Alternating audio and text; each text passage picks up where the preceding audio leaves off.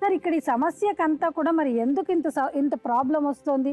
ఎందుకు మరి 13 సంవత్సరాల తర్వాత కూడా ఇంకా ఈ అమ్మాయి నా భర్తే కావాలి అని అంటోంది అంటే, ఈ మమత, వాళ్ళ అమ్మ వాళ్ళు వీళ్ళందరూ కూడా ఒక బెంట్ ఆఫ్ మైండ్‌లో ఉన్నారు సార్. అదేంటి అంటే, నాకు ఏ ప్రాబ్లమ్ వచ్చినా కూడా మా పెద్దలు ఉంటారు, వాళ్ళు మమ్మల్ని పరిష్కరిస్తారు. అంతే కదమ్మా! అది దాని మూలాన అక్కడ వీళ్ళలో వాళ్ళలో ఇంజెక్ట్ అయిపోయినది ఒకటి ఉంది. అదేంటంటే ఒక ₹1,00,000 సార్. ఈ అమ్మాయిని ఇతను వద్దు అని అంటే ఈయన ₹1,00,000 కట్టాలి.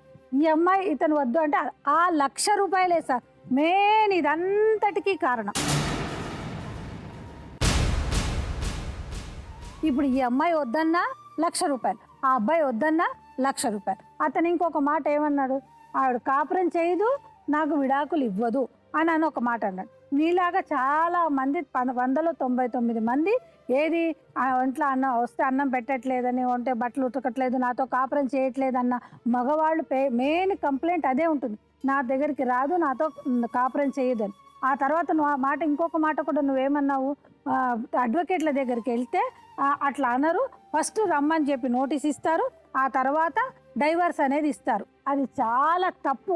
లేదు మేడం, అడగండి. అయ్యా వినవయ్యా, మేము కూడా ప్రాక్టీస్ చేసాం, మాకు కూడా తెలుసు. పెళ్ళాని దగ్గర నుంచి దూరం, భార్యాభర్తలు దూరంగా 2 సంవత్సరాల తర్వాత దూరంగా ఉంటే దాన్ని డెజర్షన్ అంటారు.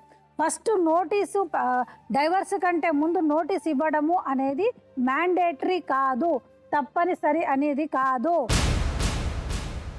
ఇప్పుడు ఇంకొకసారి మరి పెళ్లి చెల్లుతుందా చెల్లదా అనేది ఈమె చెప్పిన ప్రకారం ఏంటంటే 2009 నుంచి ఇద్దరు వేరే వేరేనే ఉన్నారు అని. ఆయన చెప్పింది కూడా 2009 నుంచి వేరే వేరేనే ఉన్నారు కనుక సార్ ఇది మరి టెక్నికల్గా లీగల్గా మాట్లాడాలి అని అంటే అది కంప్లీట్గా డెజర్షన్ ఉండే లాంగ్ డెజర్షన్ కేసు కనుక మీకు డైవర్స్ అనేది వస్తుంది. డెఫినెట్గా కూడా ఆ అమ్మాయి ఎప్పుడైనా వేయచ్చు. కానీ అమ్మ నీకు నాలెడ్జ్ ఎప్పుడుంది, ఆమె ఎప్పుడు పెళ్లి చేసుకున్నాడు అనేది మాత్రం నీకు తెలియాలమ్మా.